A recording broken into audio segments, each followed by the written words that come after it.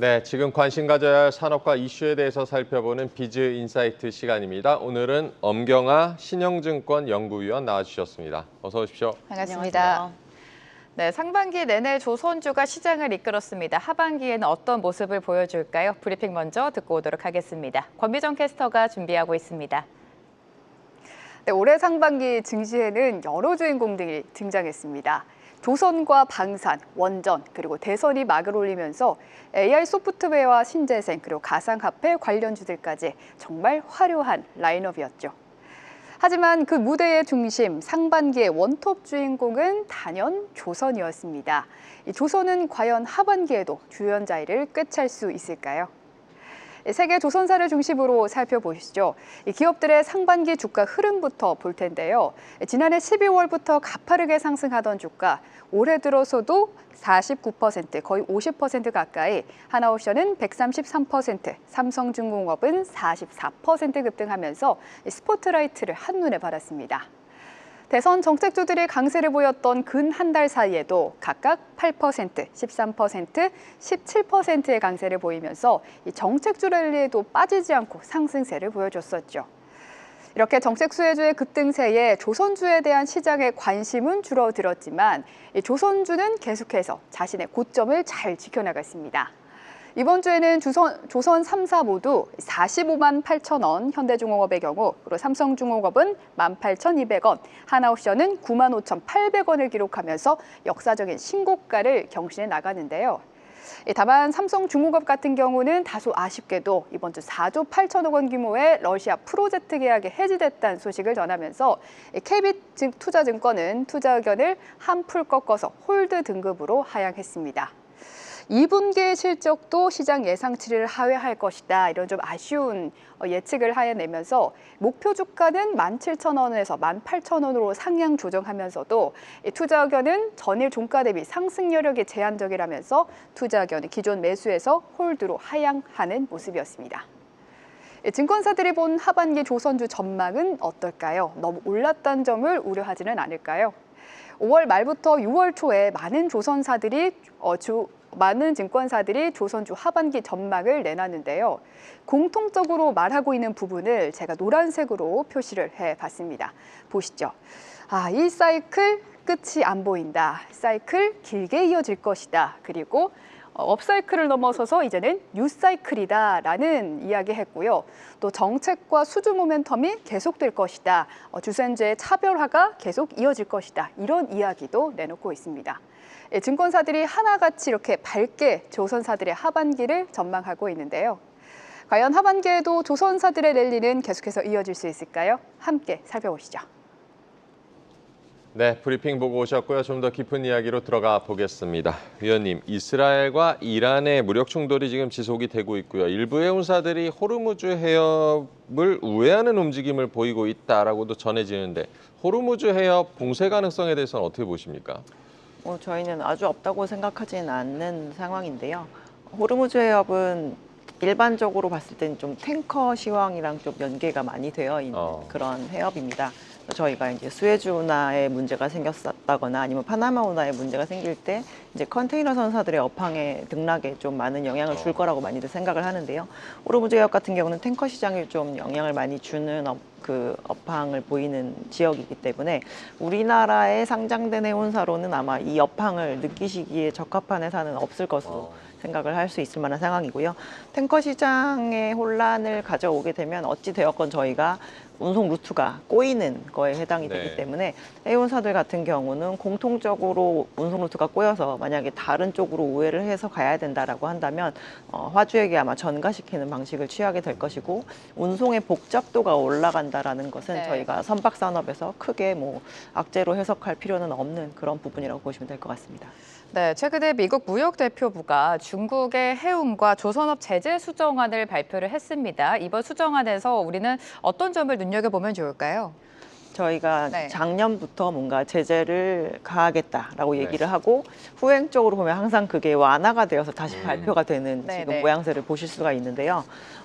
이러한 상황이 되는 이유는 지금 미국이 내부적으로 뭔가 해운이나 조선을 자체적으로 개선시키기에는 역량이 굉장히 안 따라준다라는 거를 결국 인정했다라고 이해를 하시면 될 것 같습니다.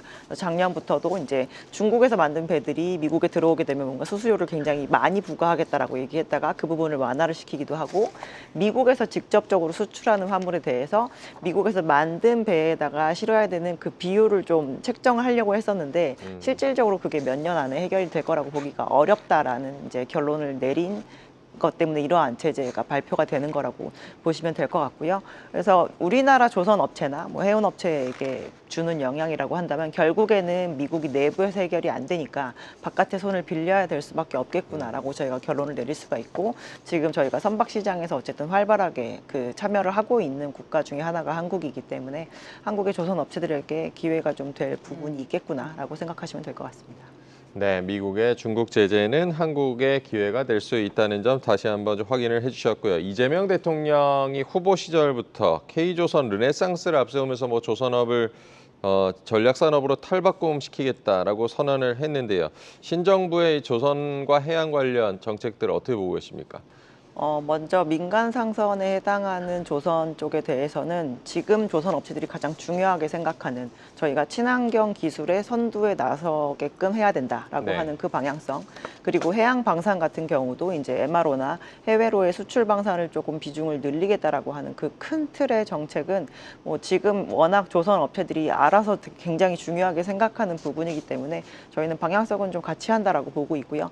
제가 봤던 정책 중에서 조금 눈여겨볼 만한 정책은 뭐였었냐면 이제 중소업체들에 대한 지원까지 조금 늘리게 되면서 조선 업체들의 온기가 그냥 대형 업체들 위주로 가지 않고 그 전반에 펼쳐지는 이제 다른 업체들까지 좀 부분을 다 누릴 수 있도록 하겠다라고 하는 정책이 좀 이제 제 눈에는 좀 많이 띄었었고요. 이렇게 된다라고 한다면 이제 업계 전반적으로 낙수 효과를 조금 충분히 누릴 수 있는 정책 네. 방향이 잡혀지지 않을까라고 생각하고 있습니다.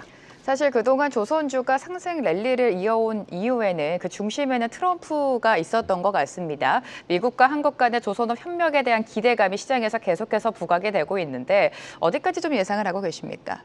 사실 발언으로 인해서 굉장히 기대는 많이 네, 했지만 네. 저희가 원래 제가 이전에도 나와서 말씀드렸던 것 같은데 미국은 우리나라에게 큰 조선 상대 고객이 아니었었거든요. 뭐 군함을 발주를 한 적도 없고 네. 일반 상선을 많이 필요로 하는 국가도 아니고 오직 그냥 해외에 있는 다른 선사들이 운영하는 배의 서비스만 이용하는 국가이기 때문에 저희가 봤을 때 트럼프가 발언을 해서 이 부분이 만약에 시장이 확대된다라고 하면 한국에게 있어서는 굉장히 큰 덩어리의 고객사가 생기는 그러한 효과일 수 있는데 이게 지금 기대는 몇 개월째 이어지고 있지만 네. 실질적으로 실행이 된 부분은 없는 거잖아요. 그래서 네. 아마 하반기에도 저희가 항상 수주에 있어서는 지금까지 나오지 않은 부분의 기대 요인을 가지고 저희가 기대치를 높이거나 이제 그 부분이 결국 나중에 주가에 반영이 되는 것인데 아마 주가에 주는 영향은 지속적으로 클 것이고 처음에 나오는 발주가 굉장히 작은 규모라고 하더라도 아마 그 개별 업체들에게 주는 영향은 저희는 좀 클 것으로 보고 있습니다. 네, 협력 기대감이 실제로 어떻게 나타나는지는 봐야 된다라고 짚어주셨고요. 지난 5월에 한화가 인수한 그 미국 필리 조선소에 직접 다녀오셨다고 들었는데 네. 다녀오신 후기가 좀 궁금한데요. 저희가 다녀오자마자 그 쓴 보고서 상에는 일단 하나 오션이 직접적으로 연결되는 회사가 아니거든요. 필리조선소는 하나 시스템이 이제 연결로 하고 있는 기업이라서 저희가 지분법으로 잡았을 때 실질적으로 단기 손익이 많이 변동이 있으면 하나오션의 기업 가치에도 큰 영향을 주긴 하겠지만 그러한 부분에 있어서는 큰 영향이 없을 것 같다라는 의견을 좀 제시를 한 바 있습니다. 저희가 가서 확인할 수 있었던 부분은 미국의 이 조선업을 중심으로 하는 제조업의 역량이 굉장히 취약해져 있구나라는 거를 조금 확인을 할 수가 있었고 왜 저렇게까지 내부에서 해결이 안 되니까 바깥에 손을 빌려서 동맹국의 손을 빌린다거나 이러한 액션을 취해야 될 것 같다라는 얘기가 이렇게 쉬지 않고 나오는지에 대한 시장 환경을 저희가 좀 파악을 할 수가 있었고요. 그래서 미국 내에서 이제 며칠 전에 또 나오기도 했지만 존스 액트가 이제 개정이 돼야 된다라고 이제 발의가 되기도 했는데 왜 그러한 얘기가 이렇게 계속 나오는지에 대한 이제 미국의 시장의 폐쇄성 그리고 이제 거기에 지금 낙후된 이제 시설이나 뭐 기술력 이런 거를 좀 확인할 수 있었습니다. 네, 현장은 좀 낙후가 되어 있었다라고 말씀을 해주셨는데 이렇게 하나가 필리 조선소를 인수한 주 요인은 존스법 때문입니다. 하지만 최근 미국 의회가 존스법 폐지 법안을 발의를 했는데 이에 따른 타격은 어떻게 되겠습니까? 존스법이 이제 한 70년 정도 유지가 된 법인데요. 실질적으로 이 미국 시장 내에서 미국 항만에서 미국 항만으로 운송하는 배는 미국 조선소에서 만들어라 이 법이거든요. 근데 이게 이 시장 사이즈가 한 20년간 70척 정도 되는 사이즈입니다. 그래서 이 법안이 폐지가 되어서 미국 내에 필요로 하는 배가 만약에 한국으로 발주가 나온다고 하더라도 사실 그 규모는 굉장히 적은 편에 해당이 되고요. 대신에 이제 이렇게 연안에서 사용하는 선박 그리고 전략상선으로 써야 되는 선박 그리고 군함으로까지 이 부분이 파생돼서 밖으로 나올 수 있다라고 한다면 거기에서 오는 효과는 좀 클 수 있다라고 생각하시면 될 것 같습니다. 네, 존스법 폐지 자체는 큰 영향은 타격은 없을 수 있다라고 짚어주셨고요. 올해 상반기 글로벌 선박 발주 규모 작년에 비해서 뭐 크게 감소했다라는 집계들도 나오고 있는데 하지만 이제 우리 조선 3사의 경우 수준은 좀 그래도 양호한 수준이라고 좀 평가가 나오고 하반기에도 이런 수주잔고 레벨 이어갈 수 있을까요? 올해가 이렇게 수주가 전년 대비 거의 반토막 났다라고 표현을 할 수밖에 없는 이유는 작년에 발주량이 사실 좀 어마어마하게 많았기 때문인 것도 있습니다. 작년에 저희가 7천만 CGT 이상의 발주가 나왔는데 글로벌 캐파가 한 4천만 정도 되거든요. 그래서 저희가 1년에 1.7년치 정도의 발주가 나온 상황이었었는데요. 작년 3분기에 성과가 굉장히 가파르게 오르면서 컨테이너선들이 예상치 못하게 많이 발주가 되는 상황이 이어졌었습니다. 그러고 나서 지금 2024년 10월 5일 이후로 지금 성과가 좀 주춤한 상황인데요. 그럼 선주들은 지금 발주를 했을 때 어차피 3년에서 3년 반 뒤에 오라고 할 예정인데 지금 굉장히 빠른 속도로 성과가 오르고 있는 게 아니라면 지금은 약간 관망의 시기간을 가질 수 있을 만한 상태라고 보고 있고요. 심지어 이제 LNG선에 대한 기대감이 시장에 굉장히 많은 것 같겠는데 LNG선은 지금 발주하면 2029년에나 받을 수 있습니다. 그래서 아마 올해 투자 판단을 해서 이제 기재에 대한 발주를 개시를 하는 것 자체가 내년에 조선 업체들의 실적에 아무런 영향을 주지 않기 때문에 이게 연말까지 결정을 짓느냐, 26년으로 넘기느냐는 사실 그렇게 큰 문제가 되지 않거든요. 그래서 지금은 이제 선박 가격에 대한 부분이 크게 하락도 상승도 하지 않고 있는 부분에 있어서 저희가 이제 작년에 많이 발주해 놓은 것에 따른 기고 효과가 좀 나타날 뿐이지 추세적으로 오늘부터 발주 안 해도 되겠다라고 하는 어떠한 이벤트도 발생하지 않았다는 점이 좀 중요한 것 같습니다. 네, 이렇게 조선주의 수주가 잇따르고 있는데 수주 안에서도 좀 선별적으로 보면 고부가 가치 선박 중심으로 좀 차별적인 전략을 가져가고 있는 것 같습니다. 그 결과도 당연히 좋았고 이렇게 국내 조선사가 고부가 선박을 집중하는 이유가 뭐가 있을까요? 일단 우리나라 조선 업체들이 고부가 가치 선박을 잘 만든다라고 했을 때 지금 제일 손에 꼽히는 고부가 가치 선은 이중 연료 추진 엔진을 탑재하고 있는 선박입니다. 한마디로 얘기해서 친환경 선박에 해당이 되는 거죠. 네, 친환경 선박에서 지금 약간 대세로 자리 잡고 있는 게 LNG 추진 선박에 해당이 되거든요. 근데 LNG 추진선은 LNG 운반선을 건조한 경험이 많은 업체가 조금 유리합니다. 저희가 LNG 추진선 자체가 생겨나게 된 계기가 LNG 운반선에서 파생이 되어서 생긴 것이거든요. 근데 우리나라는 과거부터 LNG를 많이 수입해 쓰는 국가였었기 때문에 실질적으로 LNG를 건조해 본 경험 자체가 굉장히 많은 상황이고 그게 지금 중국과 갭이 상당히 많이 벌어져 있는 상태거든요. 아마 우리나라가 만든 LNG 캐리어가 전 세계 3분의 2 이상을 아마 차지를 하고 있을 겁니다. 그래서 친환경 그 선박에 대한 그 선주들의 이제 지불 의향이 옛날보다 굉장히 높아졌거든요. 예전에는 한 10%만 비싸다고 해도 비싸다고 안 사는 거였는데 지금은 효율이 좋은 선박이라고 한다면 한 30% 비싸도 사겠다라는 쪽으로 가고 있어서 한국 업체들이 이제 그 부분에 대한 방향성을 잘 잡은 것으로 보고 있고요. 그래서 국내 업체들이 지금 만든 선박 자체가 사용해보니 결국 효율이 좋아서 중고 시장에서도 굉장히 비싸게 팔리고 있는 그런 게 이어지고 있기 때문에 국내 업체들이 이제 굳이 저부가가치 선박을 안 만들어도 우리나라 같은 경우는 친환경 선박으로 고부가치 선박으로도 수주 잔고를 충분히 네. 채울 수 있어서 그 부분에 집중하고 있는 것으로 보고 있습니다. 네, LNG 운반선 건조 경험이 친환경 LNG 추진선 시장 점유에도 유리한 측면이 있다라고 분석을 해주셨고요. 우리 업계를 위협하는 중국 조선소들의 저가 공세 우려, 추격하고 있다, 한국조선이 추격당하고 있다, 여러 뉴스가 몇 년 전부터 나왔던 것 같은데, 하지만 최근에 글로벌 선주들이 중국 조선소를 좀 배제하고 있다라는 소식이 전해지던데 이런 움직임이 있습니까?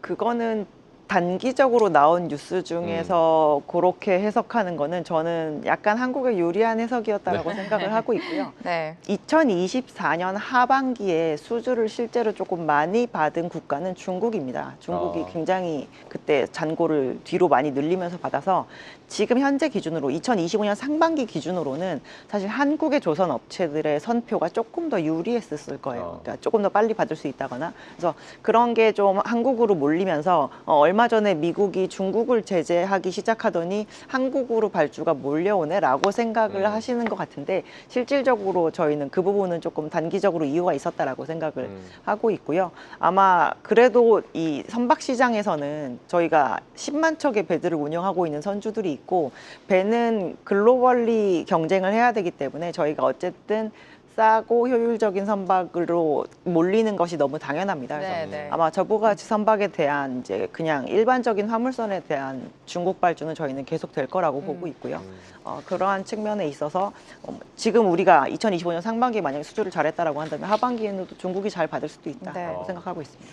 저가 공세에 나서고 있는 중국 조선수들이 수주를 받아가고 있다는 점 짚어주셨고요. 지금 HD 현대미포는 베트남 조선소를 범용상선 생산기지로 전환해서 중국의 대항마로 좀 삼겠다 이런 취지인 것 같은데 어떻게 해석하셨습니까? 우리나라 조선 네. 업체가 해외에 진출한 케이스 중에 유일하게 성공한 케이스가 비나신 조선소라고 보시면 될 것 같습니다. 그래서 저희가 5만 톤 정도 되는 정유 운반선을 이제 전문적으로 만드는 회사인데요. 네. 해외 선주에게 수주를 받았을 때 이제 좀 고가 레벨에 해당하는 PC선 같은 경우는 울산에서 건조를 하고 저희가 조금 중저가에 해당이 되는 거는 이제 베트남에서 건조를 하면서 이 시장 내에서의 전 그 가격대를 다 아우를 정도로 지금 굉장히 점유율이 네. 높아진 상황이라서 이 해당 선박에 대해 해당하는 거에서의 경쟁력은 타의 추종을 불허하거든요. 현대미포 같은 경우가. 그래서 우리가 항상 고가만 만드는 게 답이 아니다라고 했을 때 실질적으로 이제 그렇지 않고 전 가격대를 아우를 수 있는 모델을 제시한 케이스라고 볼 수가 있는 것 같고요. 이렇게 됐기 때문에 이제 아마 그 말씀하신 것처럼 중국에서 따라오는 그러한 경쟁 강도에 대한 부분마저도 저런 식으로 커버할 수 있다는 것을 보여준 아주 성공적인 케이스라고 보시면 될 것 같습니다. 네, HD 현대미포의 베트남 조선소 성공적인 케이스다라고 평가를 해주셨고요. 한화오션과 HD 현대중공업이 글로벌 잠수함 프로젝트 수주를 위해서 원팀을 이루고 있습니다. 캐나다와 폴란드 이런 대형 사업 프로젝트 수주 가능성 어떻게 보고 계십니까? 원래도 이렇게 진작에 원팀으로 구성을 해서 들어갔어야 되는 것인데 저희가 이제 직전에 이제 호주 같은 경우는 실제로 그렇게 참여하지 않아서 실기를 하게 되었었죠. 그래서 지금 현재 이제 글로벌리 지금 해양 방산에 대한 대형 프로젝트들이 굉장히 많이 진행이 되고 있습니다. 그래서 저희가 이제 정부를 중심으로 해서 원팀으로 참여를 하게 되면 지금 당장 나와 있는 캐나다 또는 폴란드 이런 게 아니라고 하더라도 워낙 시장에 지금 풀이 많은 상태이기 때문에 올해는 뭔가 성과가 나올 수 있는 상황이지 않을까라고 생각하고 있습니다. 네, 조선주 앞으로 또 하반기가 기대가 되는데 하반기에 주가를 또 한번 올릴 만한 상승 사이클이 있다면 재료가 있다면 어떤 게 있을까요? 올해는 무엇보다도 이제 실적 장세라고 봐야 되기 때문에 저희가 2분기, 3분기 실적에 대한 기대감이 여전히 많이 큰 상황이고요. 2021년 초부터 성과가 오르기 시작했는데 이제 올해 1분기 정도까지 저희가 21년 수주분을 아직까지 건조를 하고 있었습니다. 네, 그 뒤로 이제 저희가 성과가 지속적으로 올라서 24년 10월까지 계속 올랐거든요. 그래서 올해 상반기 실적이 발표가 되고 나면 아직까지도 애널리스트들의 2026년과 2027년에 대한 실적 추정치가 조금 더 올라갈 여지가 있지 않을까라고 생각이 되고 있어서 이제 그 부분이 아무래도 가장 이제 큰 모멘텀이 될 것으로 보고 있고, 또 수주 산업이니까 저희가 네. 예상치 않았던 곳에서 수주가 나오는 게 이제 중요하겠죠. 그래서 저희 초반에 말씀드렸던 뭐 미국 발주 이런 게 만약에 네. 하나라도 실행이 된다라고 한다면 시장이 이제 기대에 부응할 만한 이제 주가ల 수준을 유지를 할 수 있지 않을까라고 보고 있습니다. 네, 올해 실적 장세가 이어질 것이다. 주가는 최근에 조금 숨고르기가 나오는 것 같기도 한데 지금 투자 전략은 어떻게 세워보는 게 좋겠습니까? 포지션 안 들고 가시면서 괴로워하지 마시고 조선주 큰 거 기준으로 해서 뭐가 되었건 하나라도 가져가시는 게 포트 안에, 저희는 좋다라고 생각을 하고 있고요.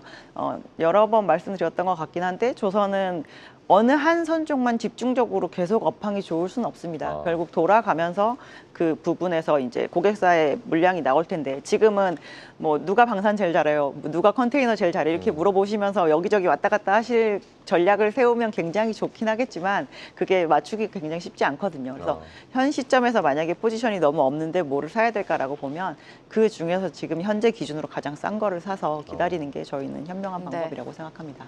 네, 워낙 상승 탄력을 가져가고 있는 조선주입니다. 내 포트 안에 하나쯤은 있으면 좋겠다라는 전략 세워주셨고요. 오늘 엄경아 신용증권 연구원과 함께했습니다. 감사합니다. 좋습니다.